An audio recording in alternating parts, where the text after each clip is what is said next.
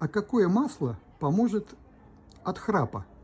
А то иногда он доставляет проблемы окружающим в моем исполнении. Храпишь? Бывает. Смотри, есть такое масло, смесь эфирных масел Бриз. Это респираторная смесь и называется легкое дыхание.